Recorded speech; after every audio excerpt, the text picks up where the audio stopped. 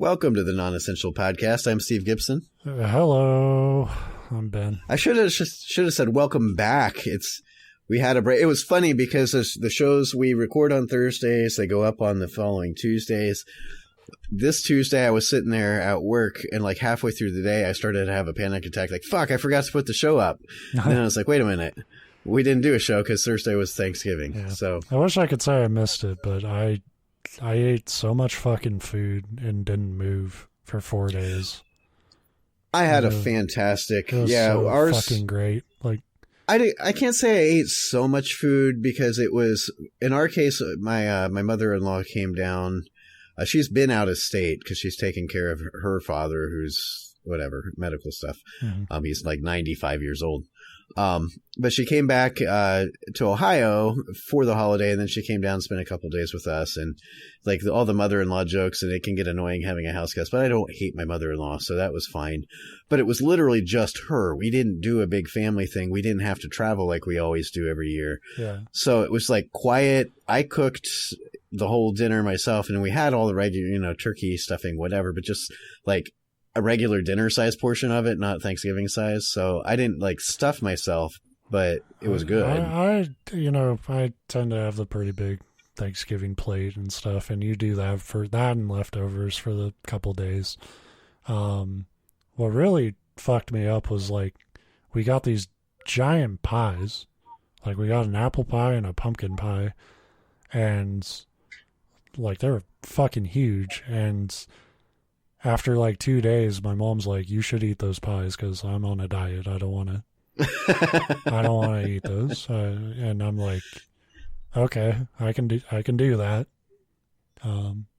Mission accepted. Yeah, I'm not saying I'll be intact when it's over, but I'll give it a shot. And then a couple days later, she's like, "You got to worry about diabetes. It runs in your family." I'm like, well, thanks. Thanks for setting me up like a fucking T-ball. It was a test. It was one of those and I fucking motherly bombed tests. It. It's like, you're supposed to throw that giant pie in the trash. I'm like, well, I don't have diabetes yet. I'm gonna finish the fight as long as the doctor clears me. Yeah, I mean, it's one of those because it runs real bad in my family too. And I don't, as far as I know, I don't have it. I don't go to, you can't have it if you're not diagnosed, right? Right. So I just don't go to no, I'm fairly sure I don't have it because I don't have any of the symptoms of it. But that's because like 90% of the time or better, I do kind of watch what I eat. But, yeah, I mean, what's the guy supposed to do if you have two fucking pies? Like, yeah, I don't have diabetes. I just enjoy drinking this gallon of insulin I keep by myself in a jug. Yeah, now that they've fixed the price again of that. I make my own.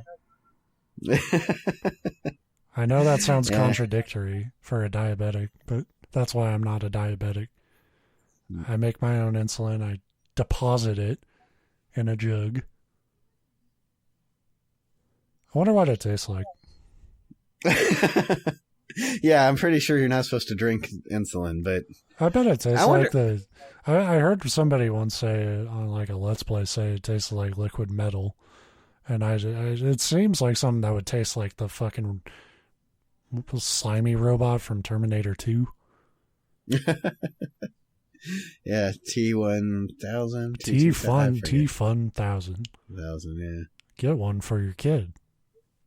I was never the world's biggest Terminator fan. Like, I don't hate the movies. I just never cared. I'm not a big fan of them, but Terminator 2 is a good movie. Like, yeah, that's just a solid sci-fi movie. I think one would rank a little higher if every time it came on, you were like bombarded immediately with Arnold Schwarzenegger's ass. It's like, yeah, no problem with that. Of course, like, the robot needs to blend in, and the first thing we're going to look at is, does he have a chiseled rump? They did their research. That should have been humanity. The thing. That should have been the way they found out he was a robot. Everything else is anatomically correct, except he doesn't have an ass crack. It's just smooth. Like, that would be fucking. Hey, how are you shitting, boy? What is shit in? Yeah. Oops. Exposed. Yeah. So on this show, we tell each other stories. This is one of them. Unfortunately, yes. I've got a creepypasta. Well, it's a creepypasta. It's from the Creepypasta Wiki, but it's kind of, I don't know. I guess it's kind of a horror thing. It's I don't know. I always hate to set expectations ahead of time, but it's not good. but it's fun. Okay. I probably could have left that part out right before introducing the author of the story. Yeah. I say it's not good. That's not fair. It's got some issues, but that's why reading it, I'm like, this one will be. It was funny to me, and it's not really supposed to be, but I enjoyed it, and it's short. And I knew that we were getting a late start tonight, so I thought we'd all appreciate that. We'd all be able to close our podcast players in record time.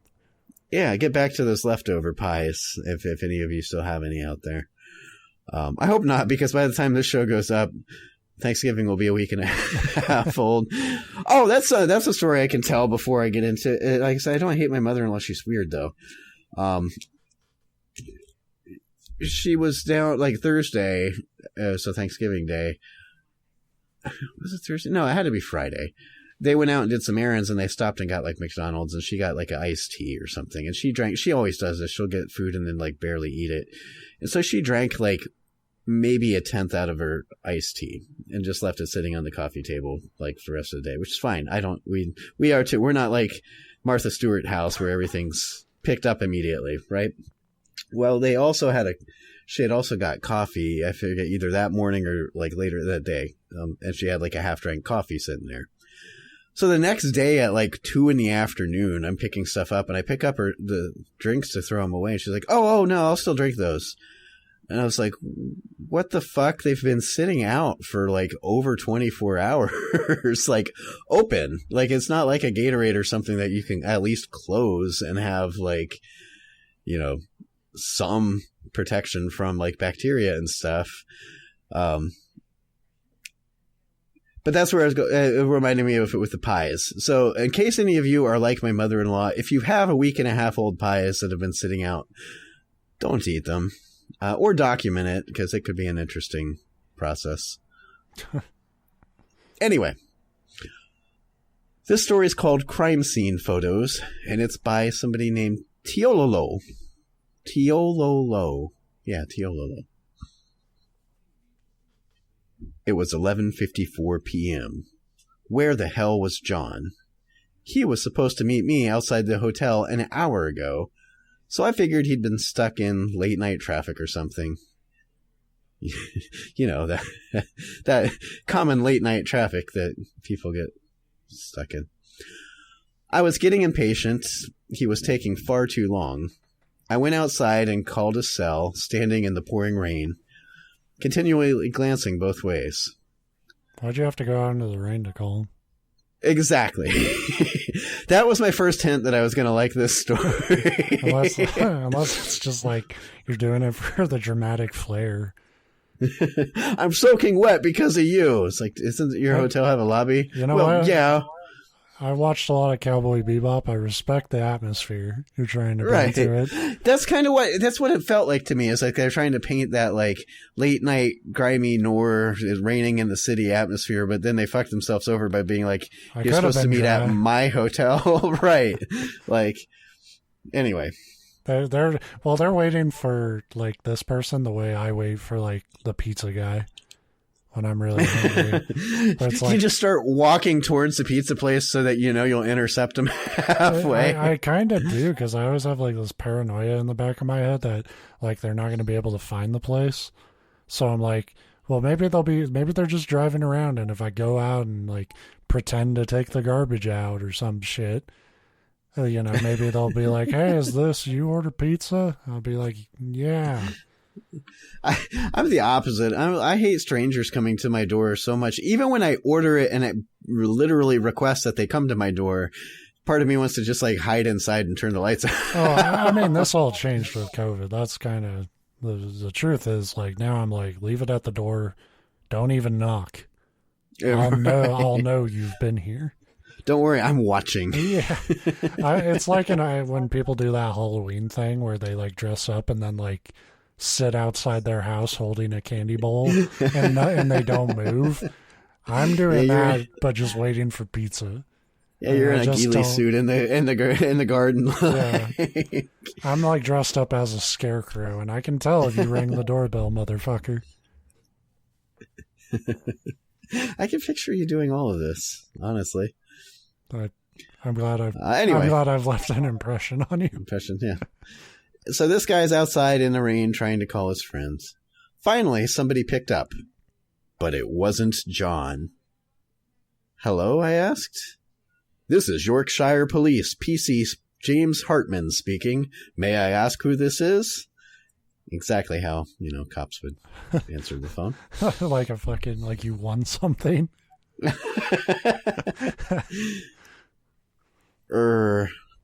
Hi, I hesitated, not quite receiving the reply I had expected. I'm John's friend, Matt Rogers. Again, doesn't feel super organic. I had arranged to meet him at the Southgate Hotel at 11 p.m. today. Wait, they didn't ask all that. Why are you right just giving up that information? No, like, who's this? What's going on? Like, yeah, what's going on? Let me tell you. You didn't even verify that you didn't call the wrong number. Yeah. It could just be you dialed the phone wrong. What's the matter? Mr. Rogers, I'm very sorry to inform you that your friend John Grams has been murdered. John Golden Grams got lit the fuck up for selling his cereal in the wrong district. Murdered? Holy. And then he didn't even cuss. Just holy. I'm gonna. Unfortunately, that seems to be the case right now. We are very sorry. My friend's a good dead guy. Good guy. I was so shocked I could hardly talk.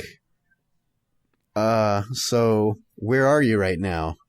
Well, what are you up to tonight? This is him. Yeah, this is him. Cop, what are you wearing? I was going to hang out with him, but if you're not doing anything. Yeah, apparently he's not coming. We're behind the Harrington Pub in the city center.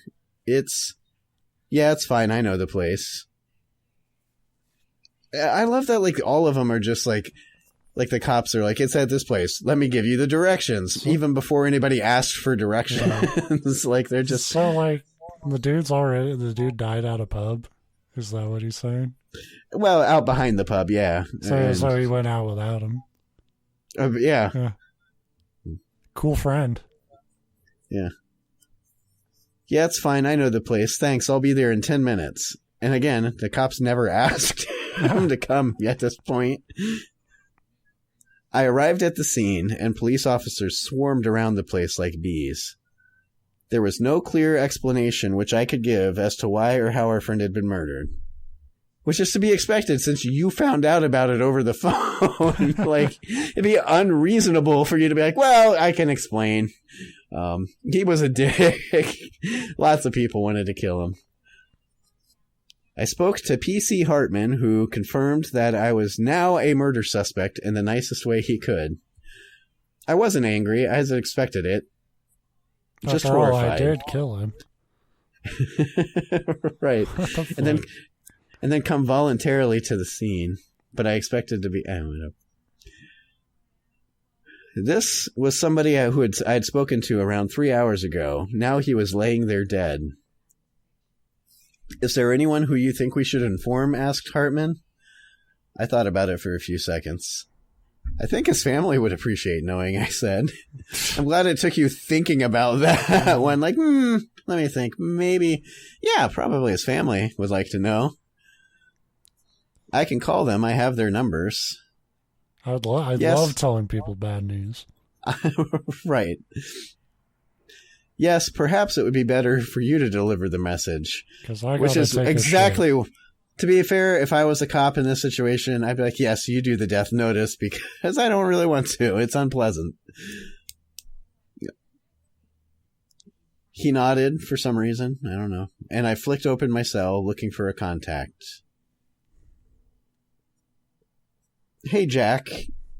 So apparently he found a contact. They just nope, this is Detective Hartman again. Yeah. I hate to tell you, they're dead too.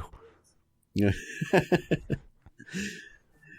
So apparently whoever he called answered the phone, and he opens with, "Hey, Jack." "Hi, Mike. What's up?" asked John's brother, Jack. He was the first of John's relatives on my list of contacts. Are we going to have to go through each one? No, thank God. All right. I have some bad news to tell you, bro. Uh-oh, what is it? It's about John, I sighed. Oh, great. What do you do now? That's literally the next line. What's he done now?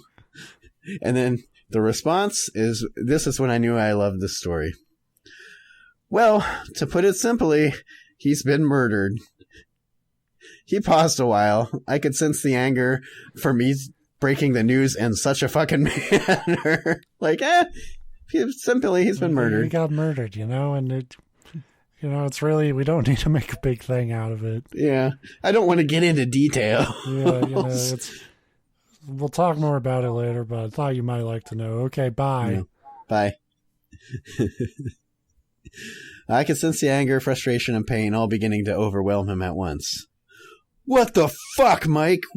How? By who? What the fuck?" "Yeah, I'm sorry, fuck? man." He was alive and now he's not. Fucking fuck. "Yeah, I'm sorry, man." "Who the hell did this?" So, I guess Mike... Let me put you on the phone with Mr. Hartman. Because "Hi, this is the police." Thinks it's me. Yeah. "Hi, this is the police. Do you know who did it? Because we're shit out of ideas. We got no fucking clue." Who really hated your brother? I honestly don't know. What I do know is I'm a suspect, and you're probably going to be one too. You better get your ass over here pretty damn quick. We gotta hide the bodies. See, I like that this person understands that in a murder investigation, the first people that the police look at are family.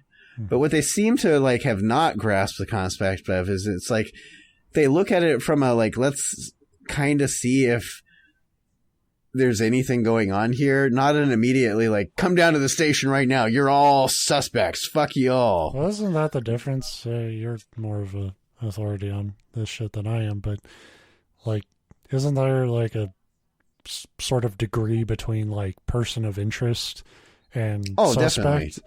Yeah, and so you can't just find a dead body and be you're a suspect. Everybody that knew this guy is a suspect. Yeah, it's technically yes, but that's not how they do an investigation. Just like the police officer J.C. Hartman or whatever, or P.C. Hartman, Chief or Constable Greasy. Hartman. Right. Phil Hartman. At the scene would never, ever immediately at the scene be "Hey, you're a suspect now." But, also call and inform anybody you want. Because, like you said, a person of interest, sure. If you're literally a suspect at that point, you're going to not be encouraging them to call people and discuss the murder. You should tell other suspects and let them know. Give yourselves a head start. Anyway, Mike, are you playing a fucking joke on me? No, I am not. I'm telling you, it's for real. You fucking shit in my pants, bro. Don't think this is some sort of game, Mike. If you're just having a laugh, I'm really gonna kill you. Ha! Now you're the prime suspect, Mike. No, I got that on recording. Ha! Hear that, Greasy Hartman? I said I'm not. Really, do you think I'd joke around about this kind of thing? There's police here and everything. Well, I don't know. He became slightly calmer. You sound a bit suspicious. Plus, you've done it before. Well, yeah, but that's no... So, apparently, that's a prank he's pulled before, is calling this guy. Anyway. Now I was irate, but he had a point. So I hung up and went over to the crowd of detectives and policemen who were just about to wrap the area in yellow tape. Moving in closer, because they haven't wrapped it yet, so that means anybody can walk wherever they want, I guess. Hey, thin play. Not out of bounds yet. I zoomed in with my cell phone's crappy camera and turned on the night vision mode. The small light at the back shone brightly upon John's dead body. I snapped a picture, then zoomed to max and took another. Which, again, wouldn't be suspicious in front of a bunch of cops. Like, what the fuck are you... Right, why are you taking pictures of... character of a CW show? Like... Blood covered everything in sight. A large, dry red patch sat underneath the corpse, which had a knife sticking in its stomach. Then I sent them to him, meaning to the brother. Fucking weird. Putting a caption on the first reading, "Jack, this is not a joke," and another on the second, "Your brother has been murdered. Look at the fucking body. I have zero." There's cops. There's a lot of ways to officially convey this. You don't have to, like... Now you are the suspect. Now it's like you took glory shots. Yeah, or like this is just a really good story of painting a guy with autism or something, because he literally like broke the news like, to put it simply, your brother's murdered. And then now he's like, here's the fucking pictures of your brother's body. Like, to prove that I'm not telling a joke, I'm going to subject you to that trauma. There's a Whitest Kid You Know sketch where like it's in a doctor's office or like a hospital.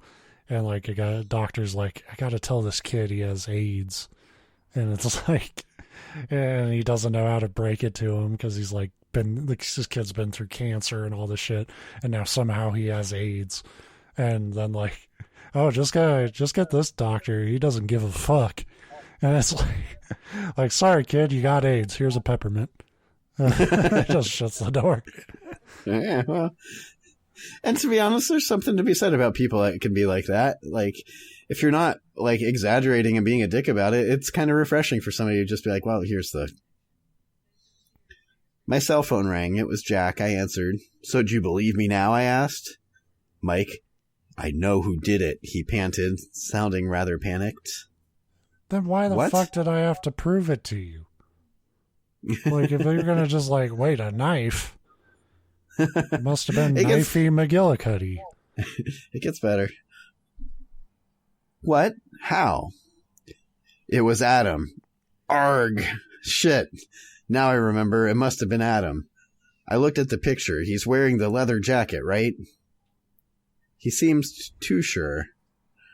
Yeah, I answered. Well, Adam gave him that jacket 2 days ago. And do you remember? No, I replied blatantly. I don't remember that. What? You don't? We were at your house. All right, we established that he doesn't remember. Just fucking tell the story. Yeah, but I still don't remember Adam giving John anything. Ah, dude, you suck. I'll explain later. Let me recap it all. Yeah, I don't get it. Whatever you say. Come here quickly. Tell it to the police. Okay, I'll be there in 5. I've got to tell Mom and Dad first. I hung up and closed my eyes. He'd seemed so sure that Adam had done it, yet his explanation made absolutely no sense. Even if Adam had given John the leather jacket, how the hell did that make him the killer?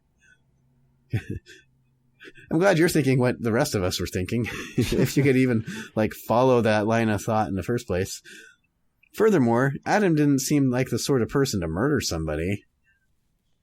But yet, there was something which made him sound so sure of it. Jack's motorbike pulled around the corner. He got off it and took off his helmet. I walked towards him, waving over to the policeman. He came towards me shouting, "Adam, the jacket! It had to be Adam! The pictures!" What about the pictures? The jacket! He saw the group of policemen, signaling him to go over to them. I took out my cell, looking at the photos I had sent Jack. The leather jacket seemed pretty prominent, but what could that mean? I tried looking at them even more closely. I still couldn't make the connection. As he walked away, I suddenly remembered something from our conversation, which suddenly made me freeze, standing completely still in terror. It wasn't something I said. In fact, it was something that I hadn't mentioned, which caught my attention. All the Adam talk had been a distraction. The pictures didn't even matter. I realized I'd never told the location of the crime scene. Dun, dun, dun. The end. All right, that was a pretty good deduction. Yeah. Nailed it. So, clearly, the point was that, like, oh, well, it must be the brother because he knew exactly where the crime scene was without being told. It's like, yeah, perhaps. Or maybe he recognized the bar in the background of the photos that you sent him. The Adam jacket thing seems to make no sense. Like, if it was the brother and he's trying to, like, wouldn't the better play there be, like, run away or don't answer the phone? Like, you know, or like a million other things. Come up with a very specific, probably easily refutable framing. It doesn't even story. have to be it doesn't even have to be refutable because, like it says in the story, and like anybody with a brain, it's like, well, Adam gave him the jacket he's wearing and now he's dead. Clearly Adam killed him. It's like, for the jacket. What? That's the thing. Like, if you painted, like, don't you remember he took Adam's jacket and he said he won it fair and square and blah, blah, blah. Like, paint some kind of fight about it. Like, and even that wouldn't prove it, but it could be like, that jogged my memory. He had threatened. It's just such a flimsy story, but I love the dialogue because the dialogue is so poorly written. It's, yeah. But it makes me wonder because one of the problems that you can have and that I tend to have when I'm writing, I mean, dialogue's hard. Especially when you have multiple characters, because the common problem is you write dialogue how you yourself would talk, which is what, you know, most writers, that's what I fall into because that's how you're listening to it in your head. And of course, the problem is if you have multiple characters, they would each have their own, you know, voices, even in text, like patterns of speech and that kind of stuff. Mm-hmm. This one seems to be like, I hope to God this isn't how the writer talks in real life. Like, I don't know. It's weird. It's like so stiffly written. Yeah.